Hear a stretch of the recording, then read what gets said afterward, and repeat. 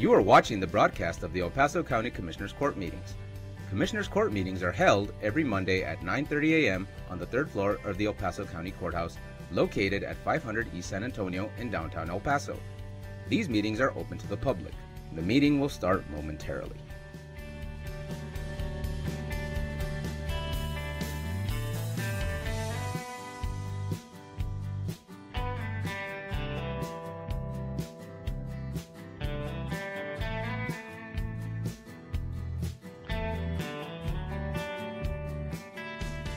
Commissioner Andrew Haggerty would like to invite you to his weekly breakfast meeting that takes place every Wednesday at 7:30 a.m. at Danny's Diner, located at 4690 Trans Mountain Road.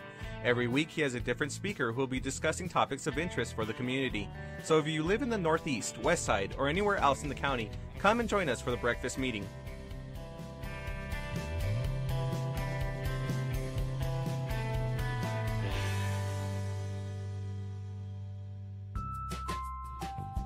Don't wait in line, pay online.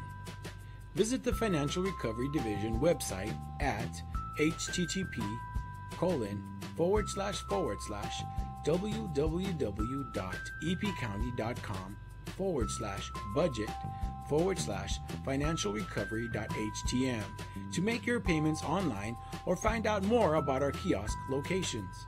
We now accept payments on misdemeanor, felony, and justice of the peace cases.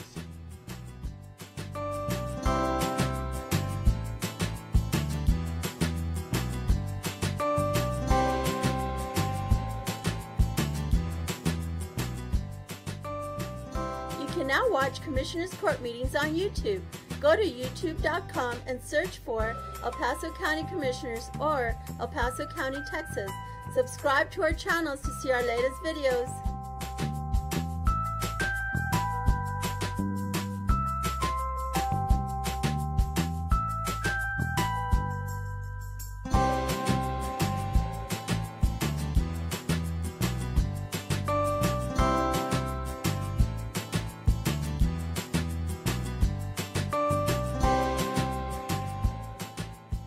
Did you know that you can save money on the cost of your medications? And doing so is easy.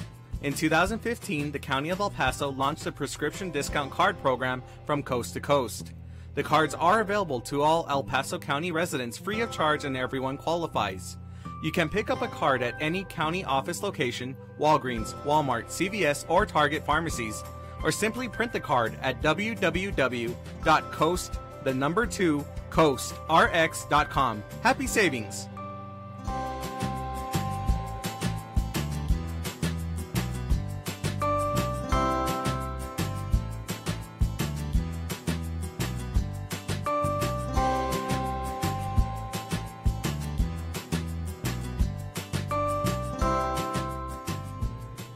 Did you know the County of El Paso's Purchasing Department is responsible for ensuring that all items and services needed by various county departments are purchased in the manner required by the state of Texas? Whether through formal sealed bids or smaller dollar quotations, the county purchasing team is dedicated to finding the best contracting return on your taxpayer dollars.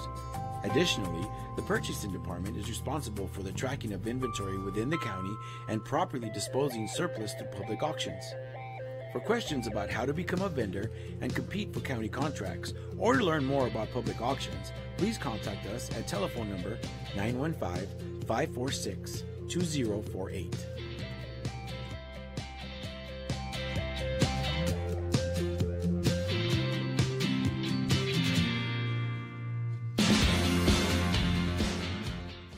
The 346 District Court Judge Angie Juarez Barriz started the El Paso Veterans Treatment Court program in 2012 for veterans and active service members that have been arrested and charged with a felony or misdemeanor criminal offense. To be considered for the specialty court, the statutory criteria includes be a veteran or current member of the United States Armed Forces, including a member of the Reserves, National Guard, or State Guard, and suffer from a brain injury, mental illness, or mental disorder, including PTSD, or be a victim of military sexual trauma, all occurring or resulting from military service. Call Sylvia Serna, Veterans Program Director, at 915-546-2119, or email her at sserna@epcounty.com for any information.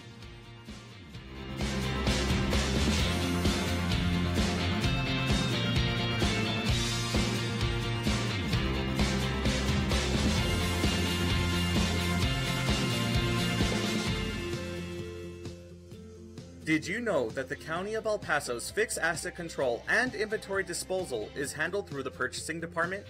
Throughout the course of each business year, the county holds live public auctions to dispose of aged equipment, vehicles, furniture, and other items that are no longer needed.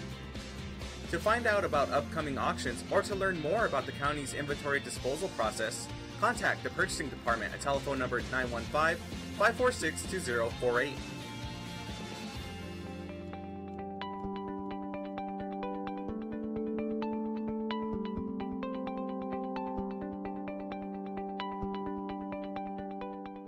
You are watching the broadcast of the El Paso County Commissioners Court meetings. Commissioners Court meetings are held every Monday at 9:30 a.m. on the third floor of the El Paso County Courthouse, located at 500 East San Antonio in downtown El Paso. These meetings are open to the public. The meeting will start momentarily.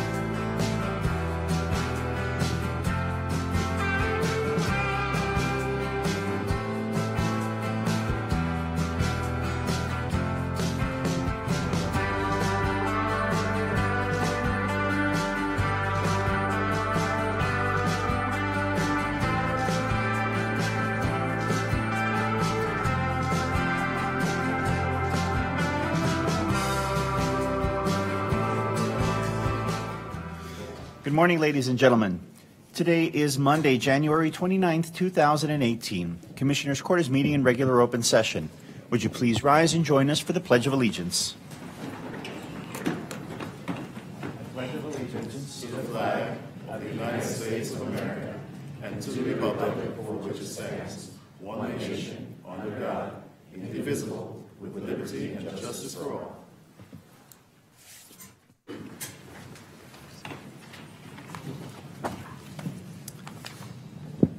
Item number 3, consent agenda. Consent agenda is composed of items 3A through 3K. Are there any items on the consent agenda that members of the court or the public would like to pull for individual discussion? Commissioners, any items you'd like pulled? Anybody in the public? No? Okay, move to approve, please. Second. Commissioner Perez. Aye. Commissioner Leon. Aye. Commissioner Stout. Aye. Commissioner Haggerty. Aye. Judge Vogt. Aye. Motion carries.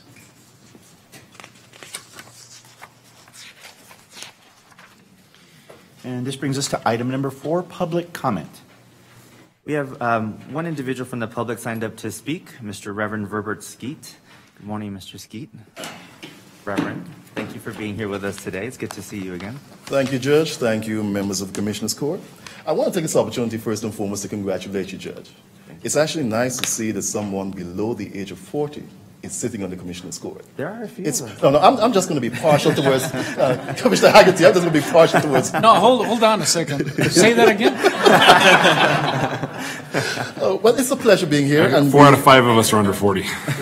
Yeah, and we thank you for the opportunity. Today I'm here to basically bring to the Commissioners Court some highlights for the month of February. I'm here in my capacity as a clergyman, as an honorable veteran of the United States military, a member of the NAACP, a very proud African American, the convener of the George Washington and Abraham Lincoln Club. The reason why we're here is to announce on behalf of the African American community in El Paso some of the highlights that are important to us for the year 2018. As is known, on the 1st of January 1863, then President Abraham Lincoln issued the Emancipation Proclamation, thus removing the burden of slavery. This year, the African American community is celebrating 155 years of liberation, progress, and development. The contributions of African Americans to the building of the American dream cannot be denied, especially in the fields of medicine, economics, culture, religion, politics, civil rights, and the physical development of the Republic, state, and the county of El Paso. As such, we have submitted resolutions to honor African American Heritage Month for the year 2018. Secondly, this year we're also dedicating the year to women's progress. This is to highlight the contributions of women in the development of this community and in the country as a whole. In this spirit, we are celebrating our newest national hero, the late, great Harriet Tubman. Harriet Tubman Day will be celebrated on the 25th of February this year. And finally, the George Washington and Abraham Lincoln Club will also be honoring volunteers who help to make our daily lives here in El Paso County so much better through their work at no pay. We also wish to commend all other organizations who are taking any measures to either honor African Americans, to honor women, and volunteers in this county. We want to thank the County Court of Commissioners for their time, and at this time allow me to introduce a colleague of mine who's here, the Reverend Pastor Michael Grady. He is the religious advisor to the NAACP. He is a senior pastor over at the Prince of Peace congregation. He's a military veteran, and he is the former president of the Interministerial Denominational Alliance. Next week, we promise that when the resolutions are made available, other more important people than ourselves will also be joining us for that moment. And finally, at Commissioner's Court, I want to say we take great note of the work of Commissioner Leon, where he raised the issue of prayer. We understand the politics of the day, and we agree with the decision that the court has made. However, I wish to say to Commissioner Leon, do not let that be a hindrance to you. You can form a group of like-minded people anywhere you want, whether it's at home, in the street, in your office. Once you don't force them, once you don't force your beliefs in them, it's perfectly all right. And we do appreciate somebody standing up for Christ. Thank you, Commissioners, and thank you for your time. Thank you both for your service to our country and for your service to our community. Really Thank appreciate you. it. Thank you. Thank you. Have a good afternoon. That is it for public comment, Mr. Nava. Thank you, Judge. This brings us to item number 5 from the regular agenda. Approve and authorize the acceptance of a donation of blankets from GC Services for distribution to meet the needs of homeless and underserved members of the community pursuant to Local Government Code Section 81.032. Thank you, Caesar. Judge, Commissioners, the reason I brought this back up, this was approved on a regular meeting November the 13th, but because of a group here in El Paso, of a company that decided to help in this endeavor, what a total success. But if you all don't mind joining us at the podium, I want to say a few things. When this blanket drive began, as I was telling you all, sometimes we take it for granted. We wake up in a warm home. We go to work in a warm car. And we sometimes forget about there's so many people that don't have those luxuries. And I say luxuries because to them it is a luxury to be able to keep warm. And when this blanket drive started, I was hopeful that we'd at least raise maybe 25, 30 blankets, which we did some time back, and we distributed them. But after we received a call from GC Services, I'm advised that a total of about 600 blankets have been raised. And what a tremendous effort from your company, your employees that care. And I just want to read a little bio about your company.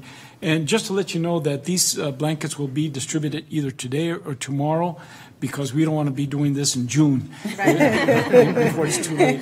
So it makes a difference. You all brought some samples because I understand that initially they were thinking about some possible throw blanket types, and you went back and said, no, we need blankets, the real deal. So thank you. I'm going to say a few things about your company, if you don't mind talking about your employees and what your company actually really does. Thank you. GC Services is an award-winning business process outsource supplier operating since 1957. The company has 30 contact centers and more than 8,500 employees, of which 1,200 live and work in El Paso, serving a wide variety of clients in many industries. Their boutique-styled solutions include a broad range of programs involving accounts receivable management solutions, customer care, back-office support, and more. You've been involved in so many things, West Texas Food Bank Drive, Advocacy Center for Children's Donation Drive, Toys for Tots, and on and on. And sometimes we don't hear about some of these companies that really are so helpful. So it gives us a tremendous amount of honor to be able to read this into the record, and we'd really like to hear from you. Thank you. It's a pleasure to be here. We're excited. It was our first year joining in this drive. The excitement built and built and built, and our employees really got excited about, as they saw the stacks going higher, it was kind of like a goal for us to do this. There was a local church in our community that actually some of the blankets are handmade by the women's group there. So they're going to be happy to know that these went to our homeless veterans as well. They were hoping to find somebody that they could contribute these to, and they're extremely happy to be donating them to this cause. And I know you didn't identify yourself, but with you today, Alexander Ramirez, you are Jackie Shepard. I am Roxana Franklin. That's what I said. Jackie Shepard, Isaac Rodriguez. And also, I was hopeful that somebody from the Opportunity Center would be here, if you don't mind joining us. And I know that our own community services, no, stay up here for a little bit, if you don't mind. Our own community services director, Irene Valenzuela, are you here? Because we're hopeful that we will be able to distribute about 200 to each of those enterprises. But if you all from the Reynolds home don't mind saying a few words, we'd appreciate it. Commissioner Leon, thank you very, very much for choosing our shelter. And GC Services, we are thrilled. The outcome of your drive was just tremendous. Reynolds Home is a homeless shelter for women with children who will greatly benefit from this donation. Thank you very, very much. Thank you, Irene. Thank you, Commissioners Court. I want to thank the employees at GC Services and the leadership there for having this goal. Our department has several programs within that these blankets would be extremely helpful. We do run the Veterans Assistance Program and our General Assistance Program, where we provide assistance to folks who are in need of assistance in rental and utility services. So I thank yourselves, and please extend our gratitude to your gracious employees for doing this for our community. Thank you. Thank you very much. A round of applause.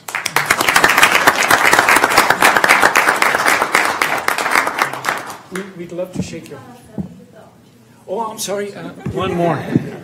I'm so sorry.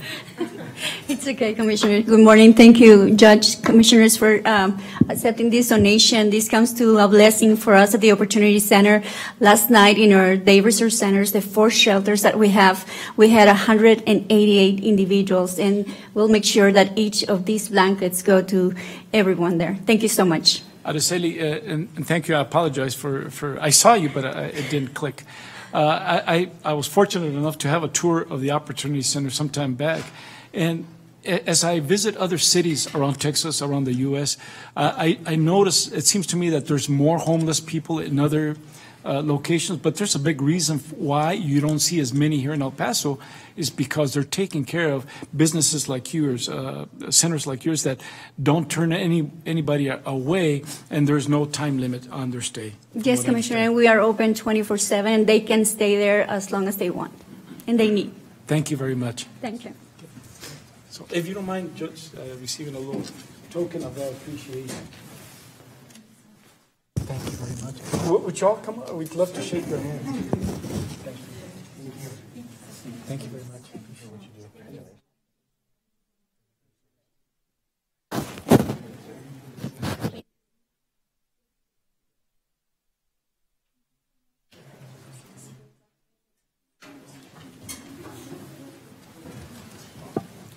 Commissioner, could we have a motion to approve the item? I so move. Second. Commissioner Perez? Aye. Commissioner Leon? Aye. Commissioner Stout? Aye. Commissioner Haggerty? Aye. Judge Vogt? Aye. Motion carries.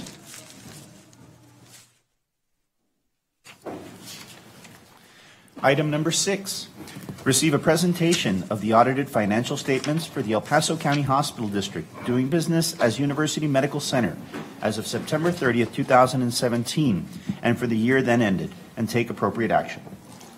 Good morning, Judge and Commissioners. My name is Jacob Cintron, President and CEO of the El Paso County Hospital District. I'm here to introduce Michael Nunez, our district CFO, as well as Tom Watkins from BKD. He's the Chief Auditor, 26 years experience, though he looks like he's only maybe 30. And so he will be presenting our annual audit to you all. Thank you. Thank you, Jacob. Good morning, Commissioners. Good morning. Judge. My name is Tom Watson with BKD, and I want to go through a presentation of the audited financial statements that we presented to the UMC Finance Committee last Friday. I believe you have handouts of the official audit and then the presentation we presented to the Finance Committee. In the interest of time, I've abbreviated the presentation a little bit for this morning, but we'd be happy to answer any questions that you might have as we work through this. First of all, let me address the required communications we delivered to the Finance Committee. And in short, we've issued a clean or unmodified opinion, and we had no significant findings or differences that we needed to report to the Finance Committee. No disagreements, no contentious accounting issues, and no consultations with other accountants. We also found that the financial statements of UMC are prepared just like we would expect any other hospital district to prepare those, meaning that all required disclosures are there and they're following the required accounting policies. In addition to the audit of the hospital itself, we also audit the El Paso Health, the insurance company, their foundation, and finally we audit their compliance with grants from both federal and state government sources. On this slide, I will tell you that the most significant items that we discussed in the committee as far as disclosures were the Medicaid supplemental payment programs, the defined benefit pension plan, and the new OPEB obligation, which I'll update you on briefly. We were pleased to report, and it's a credit to their finance team, that we had no recorded audit adjustments and that the past adjustments that we have were very insignificant. We did challenge all significant estimates with that the hospital used, such as accounts receivable, self-insured liability accruals. We found those to be reasonable, if not slightly conservative. So if anything, there could have been a little bit more income booked this year than what was recorded. Probably the most significant item that we dealt with during the audit this year was the new retiree health care plan, or OPEB, that was implemented by UMC in 2017. Now, the intention of this plan was to create a bridge for folks that were near Medicare age but that were retiring, say like at 60, and that needed to have a bridge for health insurance until 65. But due to some changes and some nuances in the way the plan was drafted, that intent of the plan and what was actually recorded didn't actually come about. And the liability, which was anticipated to be $1 million to $2 million, wound up being about $6 million when the actuaries ran their report. So the management team at UMC and the actuaries got together and identified what needed to change in the plan document to make it meet the original intent. It's important to understand this, though, because UMC is required to account for the plan based on how the document was implemented for this year, and then any adjustments will be taken into account next year. Now, the other nuance here is the accounting standards for OPEB obligations are changing. Currently, all you have to record is basically your current obligation to retirees, but not the total liability of the plan for all people that might participate. That's very similar to how the pension liability results. Starting next year, UMC and all other county governments and federal government will have to recognize the full OPEB liability. So had UMC elected to adopt this new standard in 2017, they would have recorded a $6.3 million liability and expense. Under the old method of accounting, they only had to record about $1 million of expense.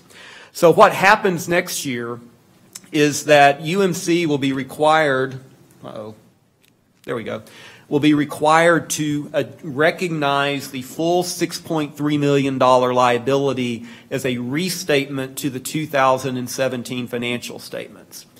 And then the impact of any modification to this adjustment will be recognized in the 2018 financial statement. So, long story short, next year when you present this audit, it will show a $6 million lower income than what we show this year because of the impact of this new standard. There's really no cash that's in play here. It's all based on non-cash liabilities, but it will be a unique item to watch going forward. We discussed this at length with the Finance Committee, and they are currently working on plans to make sure that any modifications to the OPEB are in place before the measurement date of June 30th, 2018.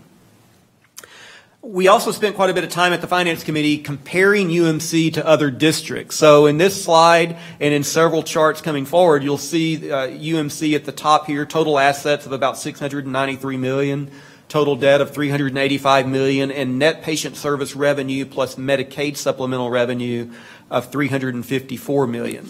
You can compare that to the larger hospital districts, which include Parkland in Dallas, Harris Health in Houston, JPS in Fort Worth, and UHS in San Antonio, and then some of the smaller districts in Lubbock, Ector, and Midland. So when we show you peer comparisons of the rest of these slides, those are the items that we're comparing to.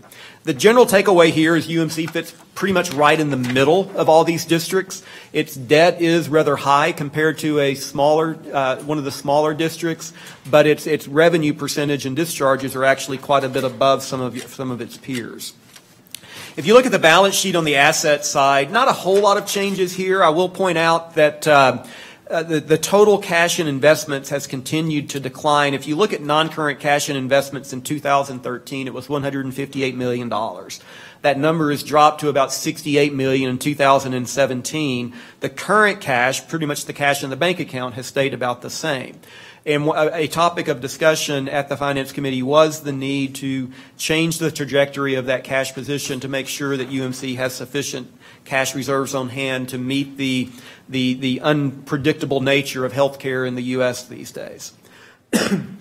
On the liability side of the balance sheet, the one item I'll point out is current liabilities increased from $92 million to $123 million, which could indicate a problem, except that most of this cause was by the state, which prevented UMC from making the contributions to the El Paso Collaborative Care Organization by 9/30. Historically, those have all been made before September of each year, but because of some issues with the Medicaid program, those were delayed until after year end, and that's the reason that current liability is higher.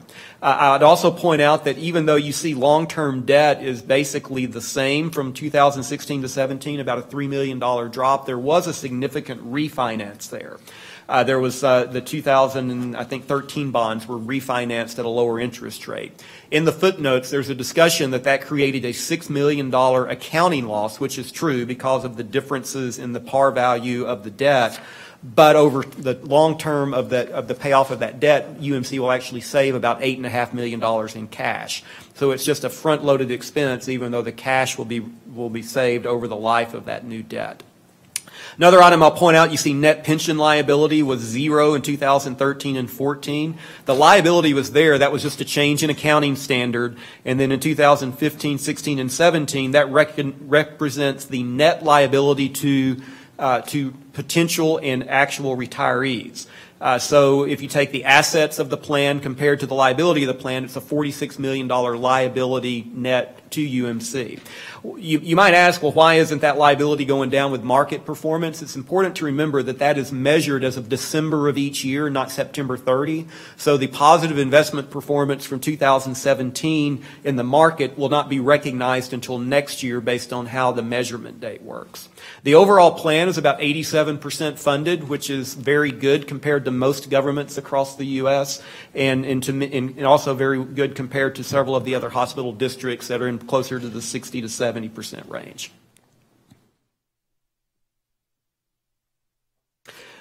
Walk through a few charts here. You can see days cash on hand. This number has continued to decline since 2017.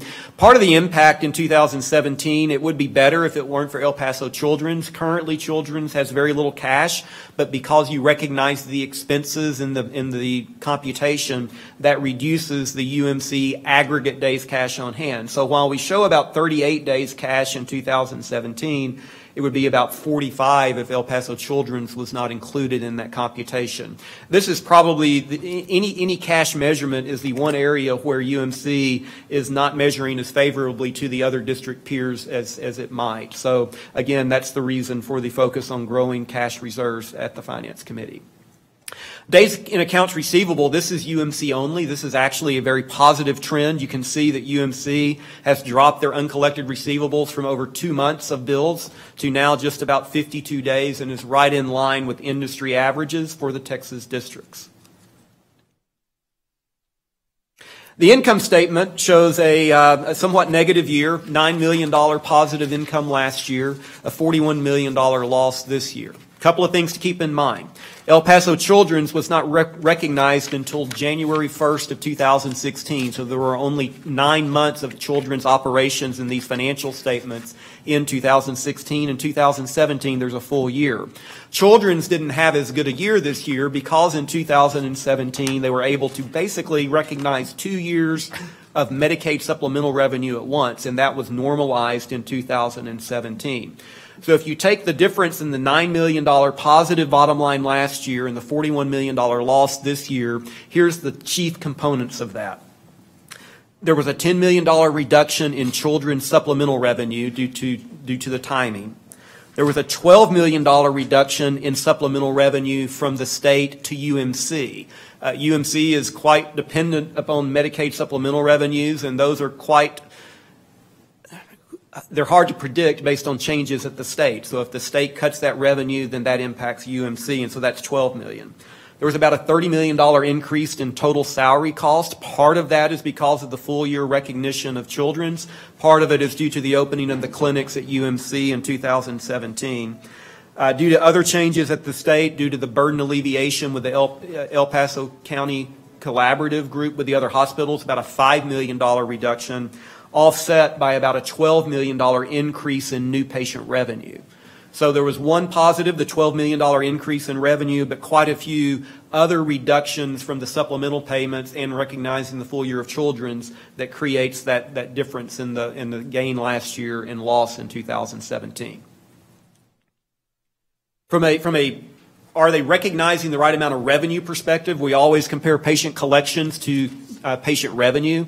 Over the 5-year period, it's basically 100%, so we don't have any concern that the revenue recognized on the financial statements is not collectible or has been overstated.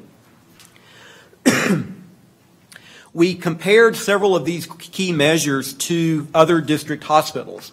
This measure is the amount of Medicaid supplemental revenue that is received by UMC compared to the amount of Medicaid supplemental revenue received by all the other districts as a percentage of your total patient revenue.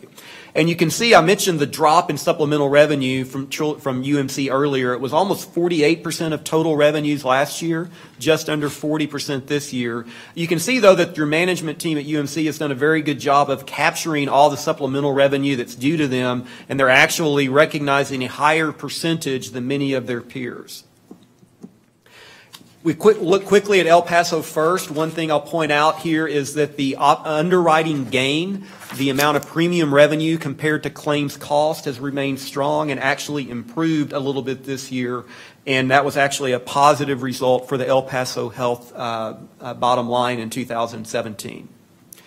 This chart, while it has a lot of different things as far as property tax base and whatnot, represents the amount of funding UMC receives in total dollars from taxes compared to other districts around the state, but more importantly, the percentage of total revenue that is received from property taxes. You can see that UMC is about 14% of total revenues, just under $100 million compared to the other districts across the state of Texas. We dug a little bit deeper with the Finance Committee this year into some operating measures compared to your peers. This slide shows the average net revenue per adjusted discharge, so taking into account inpatient and outpatient volume. So basically, every time a patient shows up at UMC, they get about $6,000 of revenue. You can see how that compares to other districts across the state. When you look at San Antonio, Lubbock, Midland, and Ector, they have not quite the same level of indigent obligation as what you might at Houston and at Parkland. So they're more in line with the net revenue received by UMC. So right about $6,000 each year. When you look at salary cost per admission, you'll see that that's also about $6,000. So for pretty much every dollar of revenue that you bring in, you're paying it out in salaries to employees, which obviously creates a difference in the total cost because this does not include any supplies or other costs. You might ask, does that mean that we're overstaffed? Compared to your peers, not really. Seven FTEs per adjusted occupied bed. So this is a measure of how many employees it takes to take care of a patient. It's very consistent with the peers across the state. Now, if you were to take, though, a non-governmental hospital, take a for-profit hospital or take a non-profit hospital, this measure will be somewhere between 5 and 6 in most cases. So generally, those hospitals do operate a little bit more efficiently than what the governmental district hospitals do.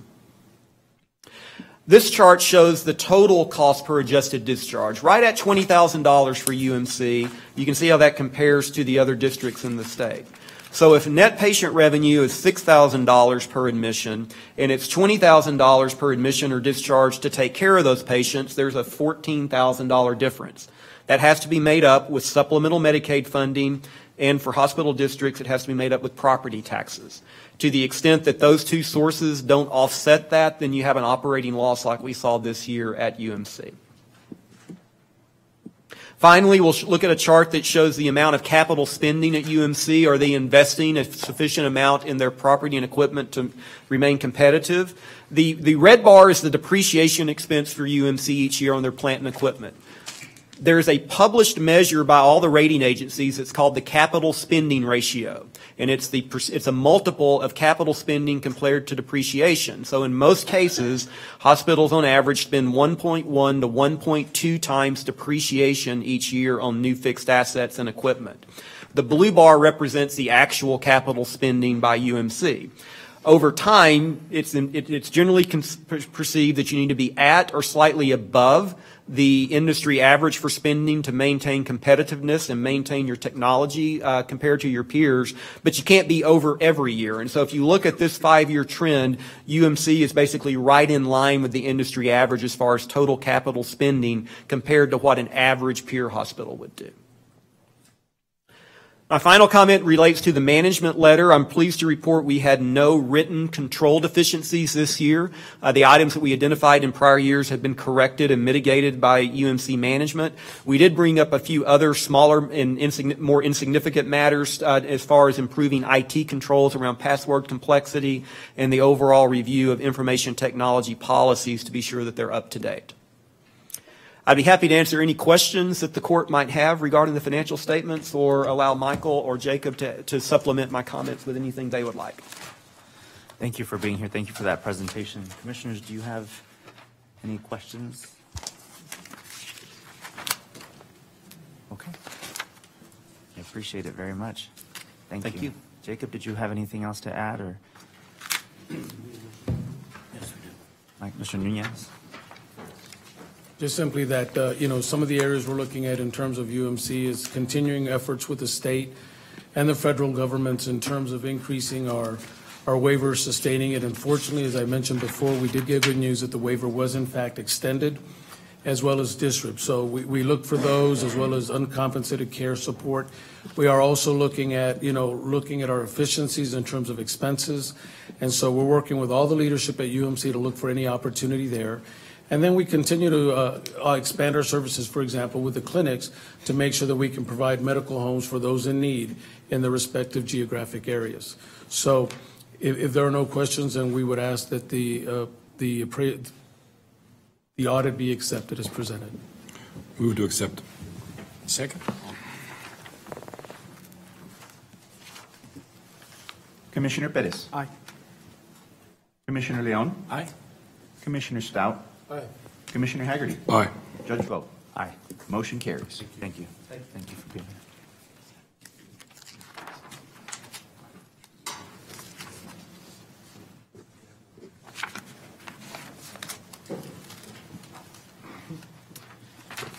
Item number 7, County Administration.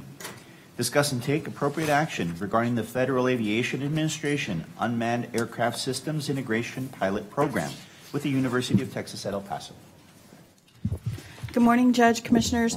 I don't have any updates on this item, and we had placed this item as a standing item during the application process so that we would always have it available if we needed to have any actions ratified. So during this waiting period, I'd ask that we go ahead and delete the item, and then we will place it back on when we receive any notices from FAA. Yes, that would be perfect. Do we have no indication, right, on any update from the FAA? I know that they've put this on hold for a little while, but. No, sir, I don't have an idea of when they'll make a determination. Okay. Do we need a motion to delete that? It was a standing item. Yeah, no action. There's no action for this one. Right. No action on item number 7. Item number 8, Judiciary and Corrections.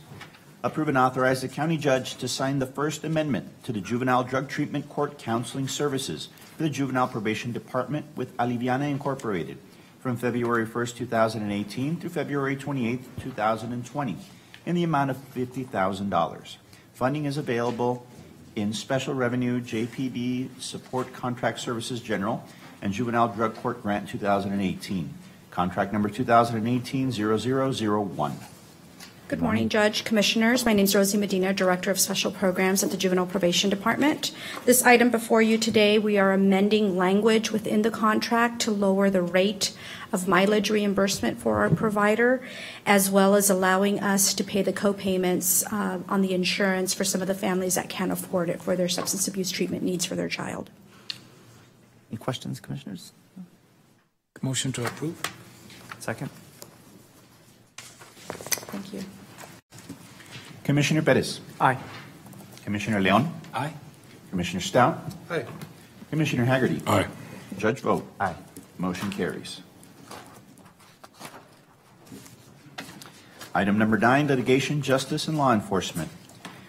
Rescind the Commissioner's Court order of December 11th, 2011. Item number 11, authorizing the county judge to sign the memorandum of agreement with the Paso del Norte Health Foundation for the Regional Mental Health Stigma Reduction Campaign Award in the amount of $71,500 from January 1st, 2018 through December 31st, 2018. There's no county match required. Contract number 2017-0838. Further, approve and authorize the county judge to sign the revised memorandum of agreement with the Paso del Norte Health Foundation for the Regional Mental Health Stigma Reduction Campaign Award in the amount of $71,500 from January 1st, 2018 through December 31st, 2018. There is no county match required. Contract number 2017-0838. Good morning. That was a lengthy item. Good morning, Judge. Good morning, Commissioner. Daniel Rawlings from Grants Administration. This is just bringing back the MOU with the Health Foundation for the grant that was already approved for this fiscal year. The County Attorney's Office had some concerns about the language in the original MOU, so they've asked us to rescind that one to bring this one back. The only portion that's being taken out was the part that was actually stricken from the original one, so there's been really no change. It's just a clean MOU. Ms. Sanchez, any comment to that? No, it was from my understanding, on the contract itself, it had to do with the indemnification clause that, as Mr. Rollins had indicated, it was stricken in the original agreement, but this made it a clean copy, and we completely had stricken out that language in this new MOU revised version. Okay. So it would be two motions. Yeah. So, Commissioners, if we could have two motions, one to rescind the contract and the second to approve and authorize. If I could have a motion to rescind, please. Second.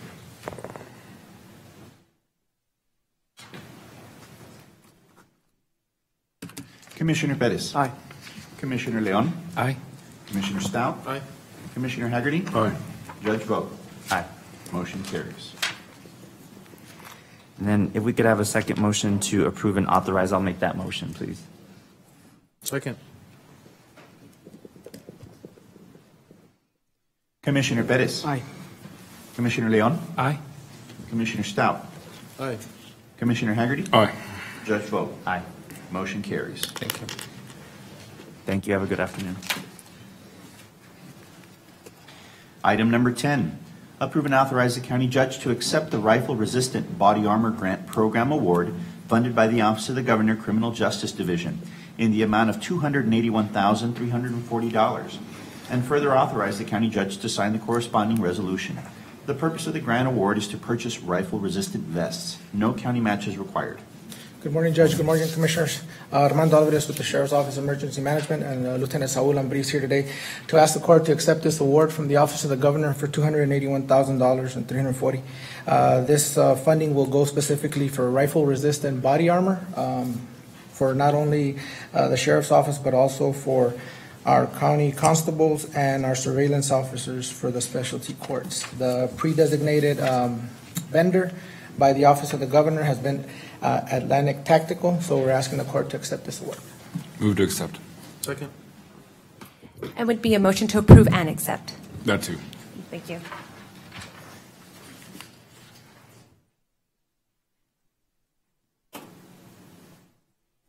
Commissioner Bettis. Aye. Commissioner Leon. Aye. Commissioner Stout. Aye. Commissioner Haggerty. Aye. Judge vote. Aye. Motion carries. Thank you, Judge. Thank you, Commissioners.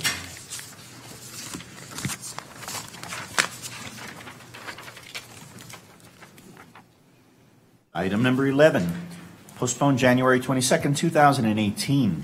Approve and authorize the county judge to sign the third amendment to the interlocal agreement between the County of El Paso and the University Medical Center for El Paso Employee Health Clinics. Funding is available in IS Health Dental Claims. Good morning. Good morning, Judge, Commissioners. Berenice Acosta with the Human Resources Department. The County of El Paso currently provides employee health clinics at the El Paso County Courthouse and at the Family Youth and Service Center. Through an interlocal agreement between the County of El Paso and the University Medical Center El Paso, the purpose of the clinics are to provide a medical alternative and to help reduce sick leave usage due to the convenience of having an on-site clinic. The interlocal agreement establishes the terms for county employees using the county health clinic and the UMC health clinics around the community. In 2017, there was an average of 219 employees per month visiting the downtown clinic, and there was an average of 103 employees per month visiting the Delta clinic. The third amendment before you extends the term of the agreement from January 1st, 2018 through December 31st, 2018.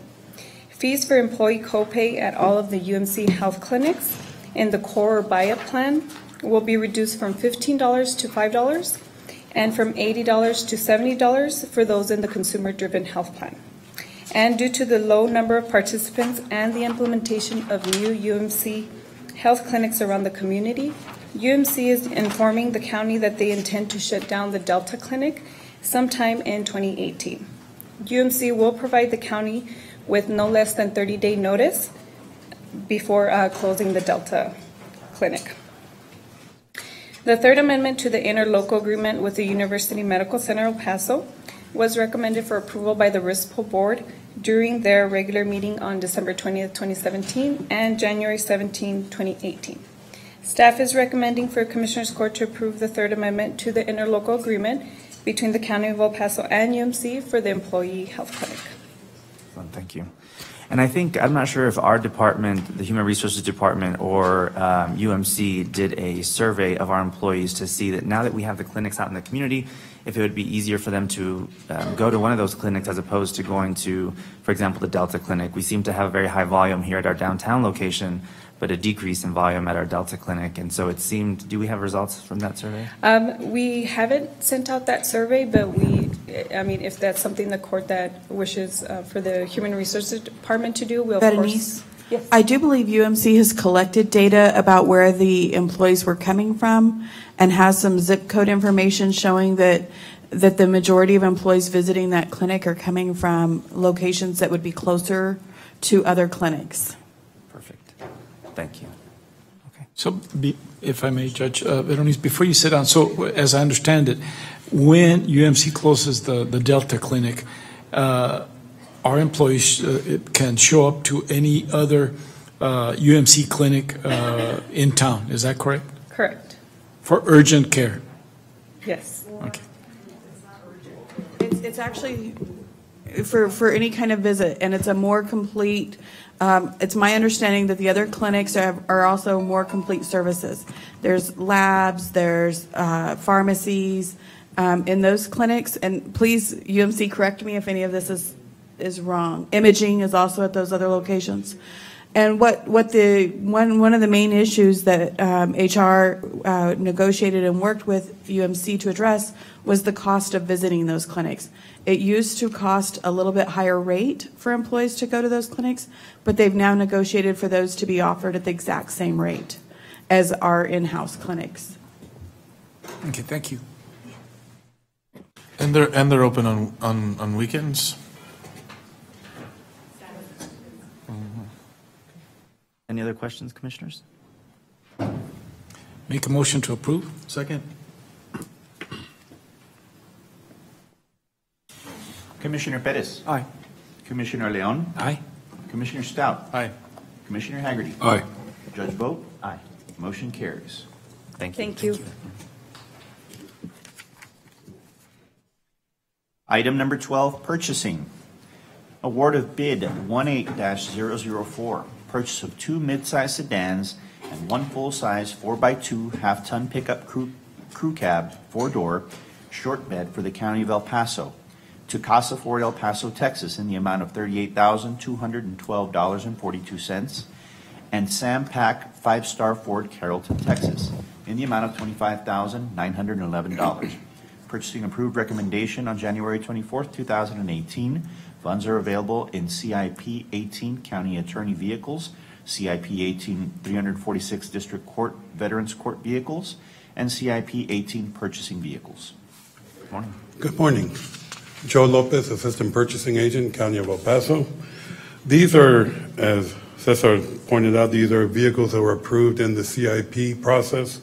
We solicited bids on them. We received 2 bids, and we are recommending the award to the lowest responsive bidder, being Casa Ford and Sampec 5-Star Ford. Joe, I just have a quick question. On those vehicles that we're purchasing from Sampec out of Carlton, if I remember correctly, we have some sort of local preference? We can do a local preference. We give a 5% local preference. In this case, I do not believe they were within the 5%. Plus also, it has to be declared that there is an economic advantage. There's about 5 criteria that have to be met to be given the local preference. So what I'm asking is, we looked at the local preference. Yes, we did. And over and beyond that, we're still saving money by going out of town. Yes, we are. Okay, thank you. Make a motion to approve. Second.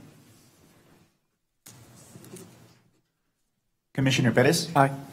Commissioner Leon? Aye. Commissioner Stout? Aye. Commissioner Haggerty? Aye. Judge Vogt? Aye. Motion carries. Item number 13, award of bid 18007, purchase of 12 Police Interceptor utility all-wheel drive patrol vehicles and 1 full-size pursuit vehicle 2-wheel drive to Rudolph Chevrolet, El Paso, Texas, in the amount of $34,526, and to Silsby Ford, Silsby, Texas, in the amount of $338,099.80, using buy board contract 521-16. Purchasing approved recommendation on January 24th, 2018. Funds are available in CIP 18 Constable 6 vehicles, CIP 18 Constable 1 vehicles, CIP 18 Constable 4 vehicles, CIP 18 Constable 3 vehicles, and CIP 18 SO Patrol vehicles. Joe Lopez, Assistant Purchasing Agent, County of El Paso. We are requesting that you award the bid to Rudolph Chevrolet for the pursuit vehicle as the lowest responsive bidder, and to approve the award of the interceptors to Silsby Ford through the buy board cooperative contract. We did not receive any bids on the interceptors locally. We find, in fact, we called the vendors. Right now, it's hard for Casa Ford's having a hard time, and I believe the others with. You have to deal with the fleet group over at Ford, and I believe Casa Ford was having a problem with it. It took us quite a while to get the last fleet from them, and they're trying to work that out, so they didn't bid on this. Move to approve. No. Second. Commissioner Perez? Aye. Commissioner Leon? Aye. Commissioner Stout? Aye. Commissioner Haggerty? Aye. Judge Vogt? Aye. Motion carries. Thank you. Thank you. Have a good afternoon.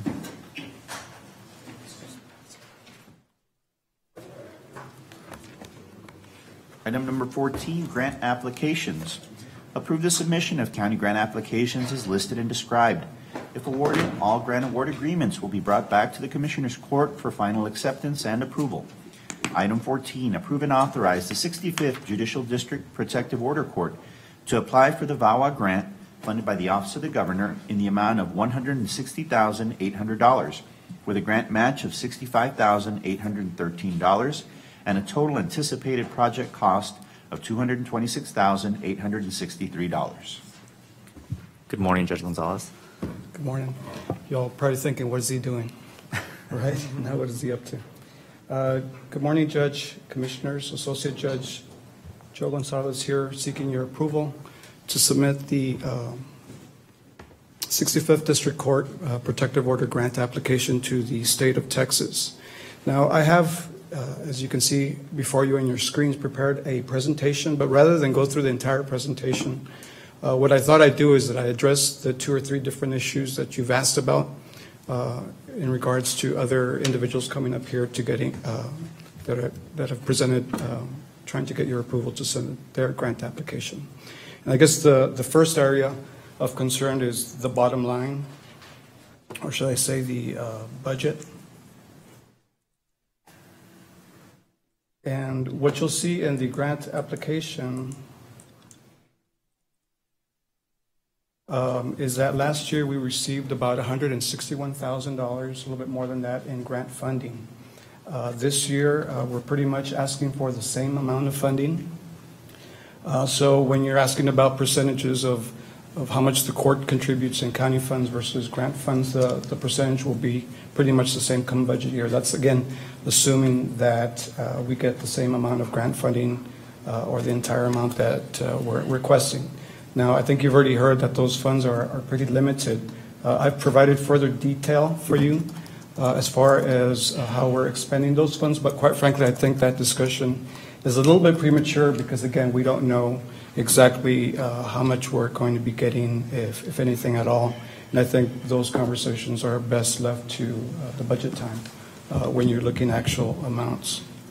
Now, I know that last time Mr. Hargrove had pointed out while Mr. Esparza was up here the limited amount of grant funds that were available in the VAWA fund source.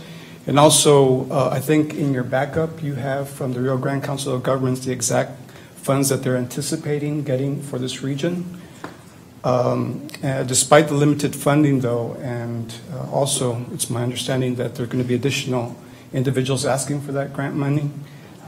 Despite that, I think the chances of us getting some, if not all, our funding requests are good. And I base that on a couple of things, primarily, and that's the state recognition that the protective order court got last year. And I think I mentioned this at my last presentation. And specifically what I'm talking about is in their, in the governor's office, it was about a 20-page report regarding their program implementation plan for the state of Texas for the years of 2017 to 2021. That report made mention of the court. They indicated in that report that they expect to continue funding projects that provide culturally relevant direct services as well as improve case management. And then they went further and said that they realize there's a great opportunity to fund court-related grants, and if they can build stronger relationships with the different counties, they'd like to see an increase in the amount and quality of our court-related grants using the El Paso Protective Order Court as a template of the kind of projects they would like to see. So that was pretty significant, and also I'm basing, I guess, my projection that we are going to be getting some grant funds on the discussions that I had with the governor's office after they issued the report that actually came down about 2 or 3 months ago. And they spent the entire day with the court to see how we're set up, how we first got set up, who we work with, how we do things in court. And just based on those discussions, again, I think the chances of us getting grant funding are pretty significant. Judge, can I interrupt for just one quick second with a question? So serving as a model, which is really fantastic, and as that model continues to spread across the state, right, do we anticipate that they will begin to fund other communities over ours because they're just getting off the ground? Right. Do we anticipate that? Are we ready for that? Right. I think the answer to your question is yes. A little bit torn about the fact that they would do that in the sense that maybe even fewer funds would come to this area. But quite frankly, when we set up the court, we wanted to set up a model court based on our experiences with doing protective orders. And again, this is the only court in the state of Texas that does things the way they do it. There's 2 other courts, protective order courts in the state of Texas, that they issue the basic protective order, but that's it. They don't deal with issues of child support, of child custody. We do. We take all those cases. If the parties file for divorce and custody actions, all of those cases come back to the court. So I already have the background on them. So I think yes, but however, I think what might happen is that there's a grant funding source called specialty courts, but if you look at the requirements, usually that's based for, it's meant for veterans courts or drug courts. We don't qualify And I think it's because we're kind of built very uniquely. We don't qualify for that type of funding, but what I'm hoping, and again, this is in discussions with the governor's office, that they'll do is they'll carve out another chunk of money specifically for this. I've talked to other judges in other jurisdictions that want to set it up, but because of limited funding, especially out of the smaller jurisdictions, it's difficult to do. So again, I think it will spread in Texas. Hopefully that money that we're getting now will continue to come in the future. But I'm not sure if that answers your question. Now, Commissioner Perez, I know that when the Veterans Court came up here, you asked about performance measures. And I can tell the court that I think the Protective Order Court is probably one of the most scrutinized courts in this area. And why do I say that? Well, it's because of the way we've set ourselves up and also because of the grant requirements. First of all, where our performance measures are tracked both at 4 different levels. First, by the state, when we submit, we're required to submit progress reports every quarter to them. Texas A&M is the one that's contracted to actually take those reports, provide analysis to the governor's office, and then that filters down to the COG so that they can see how we're performing.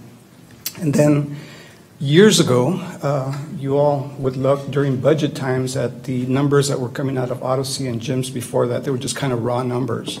But pursuant to your directives now, you've required county administration, the budget offices, and HR offices to look at the courts and to see what they're doing. So we've been complying with those requests from those offices to submit the reports that talk about our goals and objectives, whether we're meeting them. And I think this report is due either every quarter or every 6 months. And then also, of course, you're looking at the numbers on a periodic basis. Now, we could have stopped there, but about 1.5 years ago, I actually started putting together an internal report. It's a monthly report that goes to Judge Gutierrez every single month. And there we're able to dig down deeper. How many temporary protective orders are we doing? How many final protective order hearings are we having? How many of those protective orders are granted, denied, or having to be reset because of service? So I really drilled in deeper. And really this was the most useful to me in setting up the court, how we set up our agenda, how much time we dedicate to our hearings. And this was the report that led me to come to you about 1 year ago and tell you that I thought the court had time to do CPS cases and juvenile cases, because as you all know, the CPS court was eliminated. Judge Gutierrez took over all of those responsibilities, and sometimes her hearings run long, so it's pretty easy now to send those types of hearings, for example, down to me where I can do them rather than having to reset the hearing and again pay attorneys to show up again. It created a lot of efficiencies. But this report, again, goes to Judge Gutierrez and anyone else that asks for it, and it reports in more detail what we're doing. And then finally, external numbers that we're looking at, and in particular the County Attorney's Office yearly statistics. Those I use mainly to corroborate the internal statistics that I'm keeping. And then I look statewide and nationwide, and one of the reports that was pretty useful to me is the model time standards for state and trial courts. And again, this not only looks at Texas, but it looks like the entire nation, and it tells you kind of the timelines that those courts are doing divorces, protective orders, and other custody cases. So again, I can report to you that as far as performance measures, again, the court is scrutinized quite a bit, and I think this will be useful to you all come budget times if you have any questions. And again, I prepared the entire presentation, but I think those are the 3 areas that you all wanted to know with respect to the other grant applicants, but I'll take any other questions that you might have. Commissioners, questions? Judge, just go ahead. Wally, have we identified where the $65,000 match will come from? Yes, sir. Within your grant matches, that amount and more is currently budgeted for the Protective Order Court match for FY18 and would be appropriated for FY19 in the event of the grant award. Thank you. Okay. Make a motion to approve. Second. Second, sorry. Commissioner Perez. Aye. Commissioner Leon. Aye. Commissioner Stout. Aye. Commissioner Haggerty. Aye. Judge Vogt. Aye. Motion carries. Thank you, Judge Gonzalez. I appreciate the the presentation. That's very helpful in giving the court some context to approving the items. Thank you.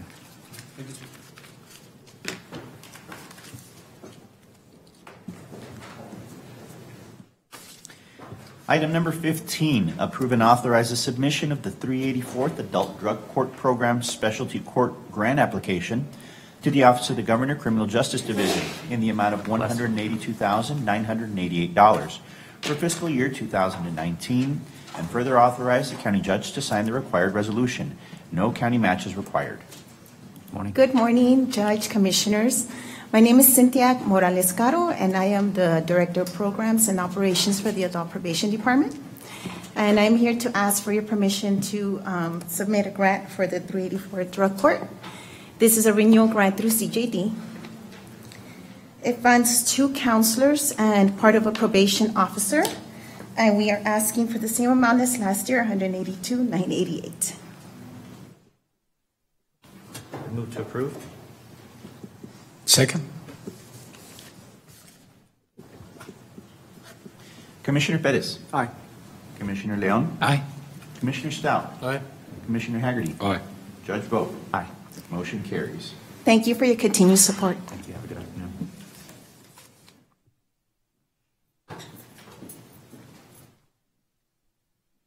Item number 16, approve and authorize the El Paso County Juvenile Probation Department to apply and submit a grant application to the Office of the Governor Criminal Justice Division's Specialty Courts Program in the amount of $92,604.71 to continue funding the Drug Court and Juvenile Mental Health Court Services. There is no county match required. Further authorize the county judge to sign the corresponding resolution. Good morning. Once again, Rosie Medina, Director of Special Programs. We are requesting your approval to apply for a CJD grant to support our juvenile drug court program. This grant will support 1 FTE, which is a service coordinator position, and the remaining amount of dollars will be utilized to support program operations. We are in our 14th year of operation, and we are proud that this previous year we were selected by the Office of Juvenile Justice Delinquency Prevention as a site to be evaluated over the course of the next 2 years on the implementation and the impact of the federal guidelines that have been drafted for juvenile drug courts. So we'll be undergoing quite a bit of research for the next couple of years. Move to approve. Thank you. Second. Commissioner Pettis. Aye. Commissioner Leon. Aye. Commissioner Stout. Aye. Commissioner Haggerty. Aye. Judge Vogt. Aye. Motion carries.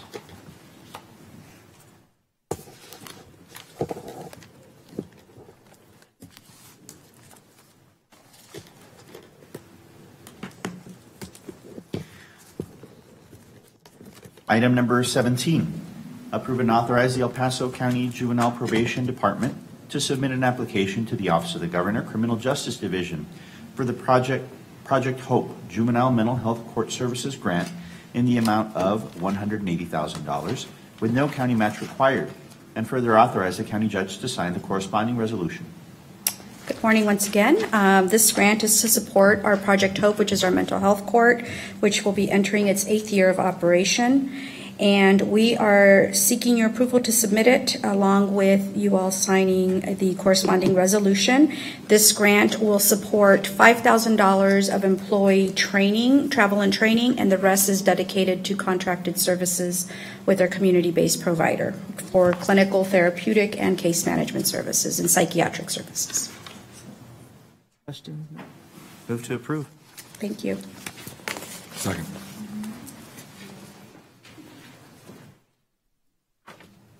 Commissioner Pettis. Aye.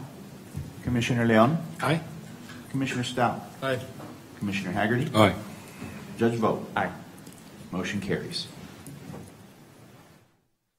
I like it. Item number 18, approve and authorize the El Paso County Sheriff's Office Emergency Management Unit to submit the Homeland Security Grant application to the Governor's Office Homeland Security Grant Division in the amount of $210,085. The purpose of the grant is to purchase additional APX handheld radios. No county match is required. Good morning. Good morning, Judge, Commissioners. Deputy Edgar Baca with El Paso County Sheriff's Office Emergency Management Unit. On this item, we asked the court for permission to submit an application to the governor's office for Homeland Security grant in the amount of $210,085 for the purchase of handheld radios. Questions, Commissioner? Just how many do you anticipate we'll get for this amount? Approximately 52 with that amount, sir. 52. It all depends on the going rate of the radios. Okay, thank you. Make a motion to approve. Second. Commissioner Perez. Aye. Commissioner Leon. Aye. Commissioner Stout. Excuse me. Aye. Commissioner Haggerty. Aye. Judge Vogt. Aye. Motion carries. Thank you. Thank you. Have a good afternoon. Item number 19, approve and authorize the El Paso County Sheriff's Office to submit a Justice Assistance Grant Program application in the amount of $115,775 to the Office of the Governor, Criminal Justice Division, in order to purchase 55 handheld mobile identification devices. There is no required match to this application. Good morning again, Judge, Commissioners. Daniel Rawlings from the Grants Administration Division. Again, this year we are submitting a JAG application to the Governor's Office for mobile identification equipment. It's two-finger fast ID equipment. We'll be requesting 55 of the units that will be used for various departments in the county, including the booking and releasing at the jail, the Criminal Justice Coordination Unit, the constables, JPD, and the crime scene investigators, and the Sex Offender Registration Unit. Make a motion to approve. Second. Commissioner Perez. Aye. Commissioner Leon. Aye. Commissioner Stout. Aye. Commissioner Haggerty. Aye. Judge Vogt. Aye. Motion carries.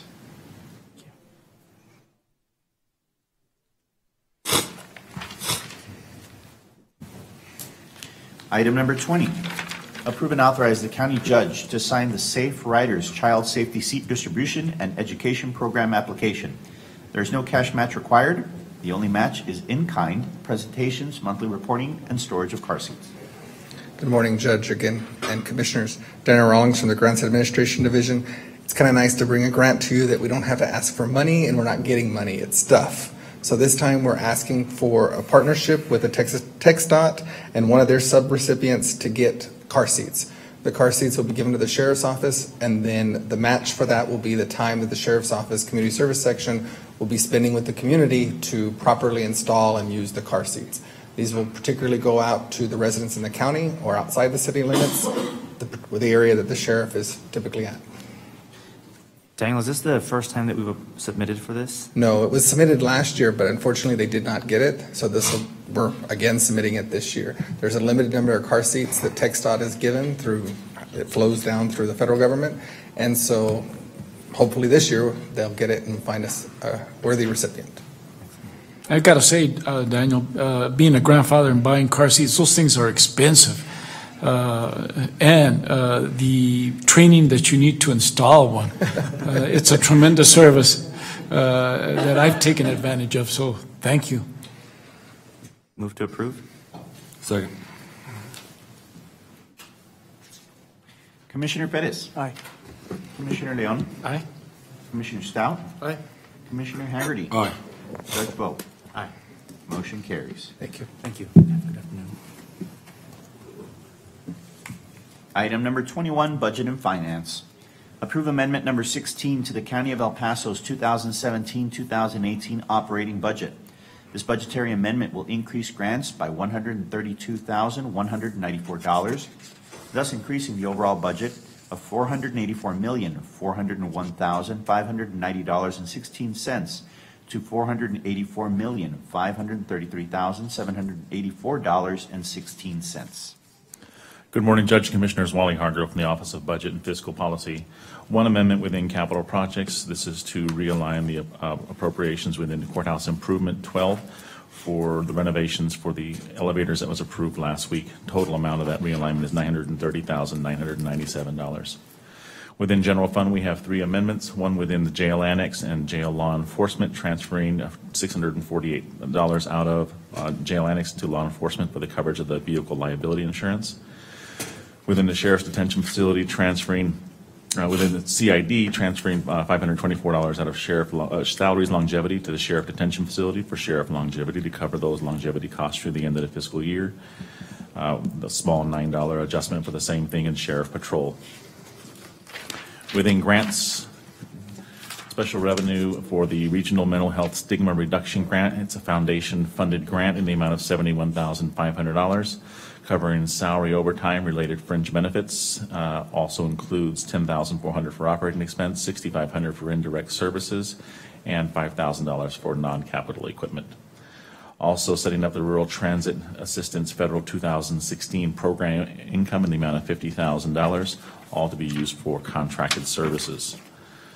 Last amendment within grants is West Texas Fugitive Violent Offender 2017 grant. This is a federal program, $10,694, setting that up for salary and related fringe benefits. That increases your grants by $132,194. We have one amendment within special revenues. It's a reclassification of the general ledger for the El Paso Housing Finance Corporation in the amount of $51,340. Also setting that up in the correct fund because we have closed that checking account. That's now part of the consolidated checking account. Within special revenue, and then that sets up the like kind appropriations, operating expense for $10,000, and the contingencies as set in the fiscal policies last year, appropriating those contingencies for $41,340. Last amendment is for special revenues under the 346 Specialty Court, setting up $13,000 for travel and professional education, reducing the contingencies for maintenance and operation by the same amount.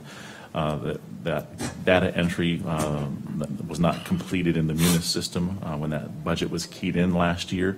The budget was set up in contingencies, but the request was originally of the court to have that in travel and professional education. We look back at the last few years, and that dollar amount is similar to the amount they've spent sending the team to their national training. Would ask for your favorable consideration. Move to approve. Second. Commissioner Perez. Aye. Commissioner Leon. Aye. Commissioner Stout. Aye. Commissioner Haggerty. Aye. Judge Vogt. Aye. Motion carries. Thank you. Thank you. This brings us to item number 22, executive session. Commissioners, court will now recess into executive session to discuss items 22A through 22C pursuant to Texas Government Code Section 551.071 and 551.072. Commissioners, court will reconvene to take official action.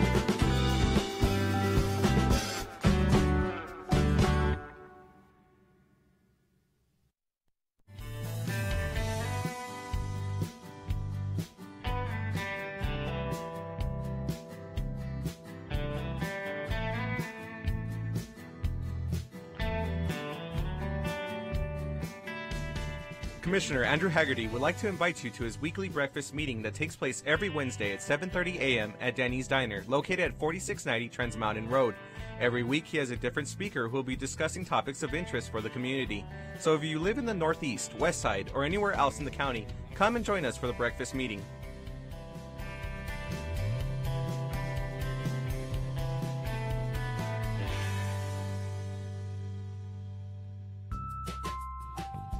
Don't wait in line, pay online. Visit the Financial Recovery Division website at http://www.epcounty.com/budget/financialrecovery.htm to make your payments online or find out more about our kiosk locations. We now accept payments on misdemeanor, felony, and justice of the peace cases.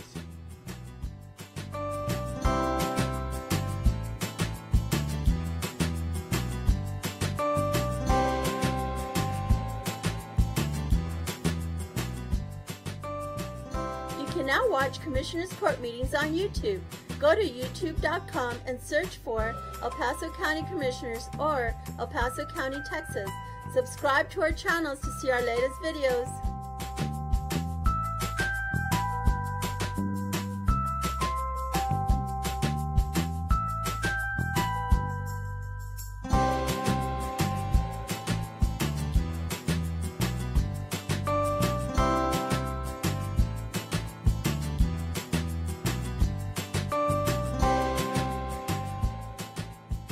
Did you know that you can save money on the cost of your medications?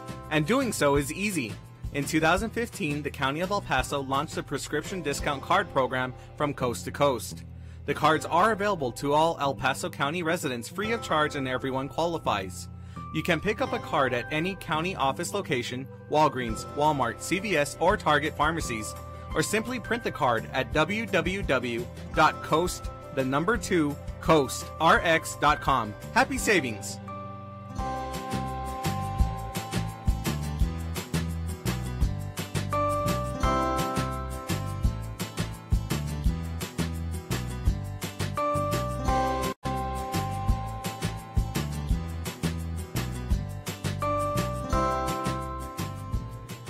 Did you know the County of El Paso's Purchasing Department is responsible for ensuring that all items and services needed by various county departments are purchased in the manner required by the state of Texas? Whether through formal sealed bids or smaller dollar quotations, the county purchasing team is dedicated to finding the best contracting return on your taxpayer dollars. Additionally, the Purchasing Department is responsible for the tracking of inventory within the county and properly disposing surplus through public auctions. For questions about how to become a vendor and compete for county contracts, or to learn more about public auctions, please contact us at telephone number 915-546-2048.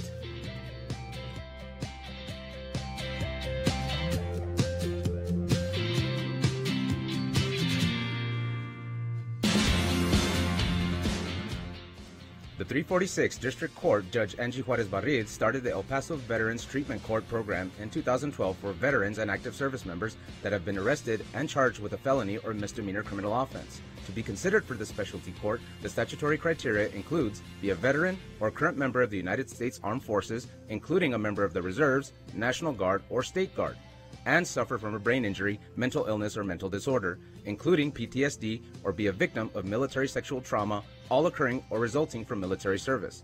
Call Sylvia Serna, Veterans Program Director, at 915-546-2119, or email her at sserna@epcounty.com for any information.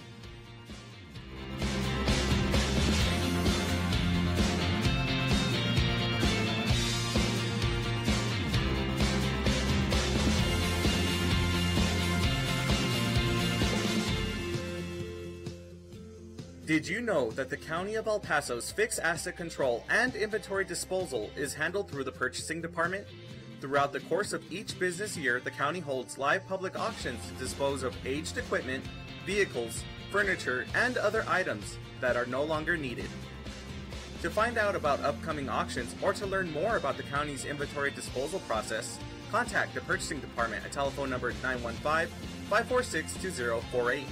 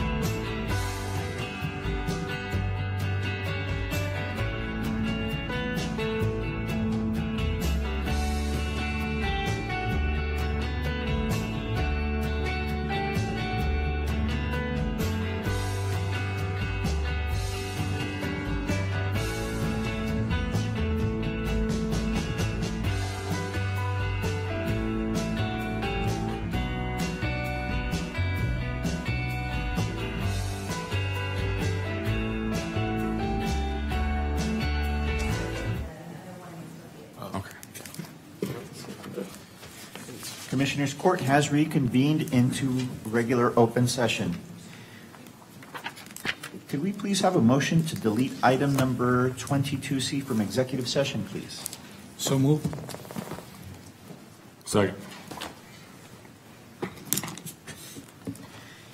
And item 22C reads, postponed from January 22nd, 2018, discuss potential real estate property acquisition, real estate property acquisition in downtown El Paso for revenue and economic development purposes pursuant to Texas Government Code Section 551.072.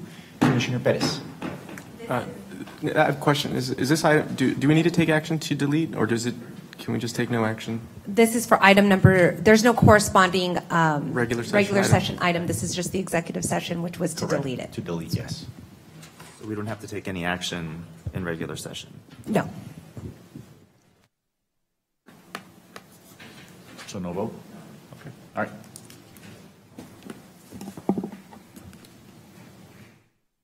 Item number 23, postpone January 22nd, 2018. Discuss and take appropriate action on potential real property acquisition of site in East Central El Paso, particularly described as a tract of land in East Central El Paso, Texas, being part of the FNEV Survey Number 8 for future growth needs of the El Paso County Hospital District, doing business as University Medical Center of El Paso, including the authorization of R. Jacob Cintron, President and CEO of UMC, to negotiate and execute all relevant documents necessary for the acquisition. Mr. Yetter. Bruce Yetter, Assistant County Attorney.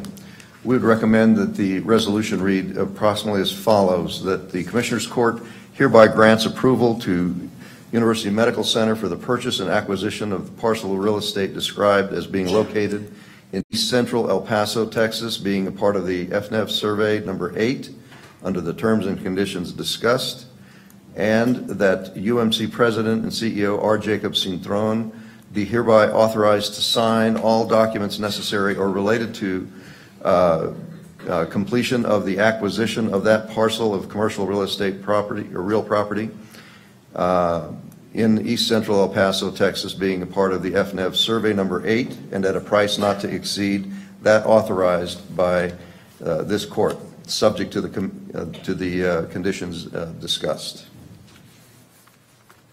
Move to approve. Second. Thank you.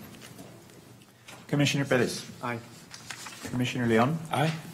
Commissioner Stout. Aye. Commissioner Haggerty. Aye. Judge Vogt. Aye. Motion carries. That is the end of our agenda. And this This is all of our the items, agenda. Judge. Thank you all so much. Have a great afternoon. We're adjourned.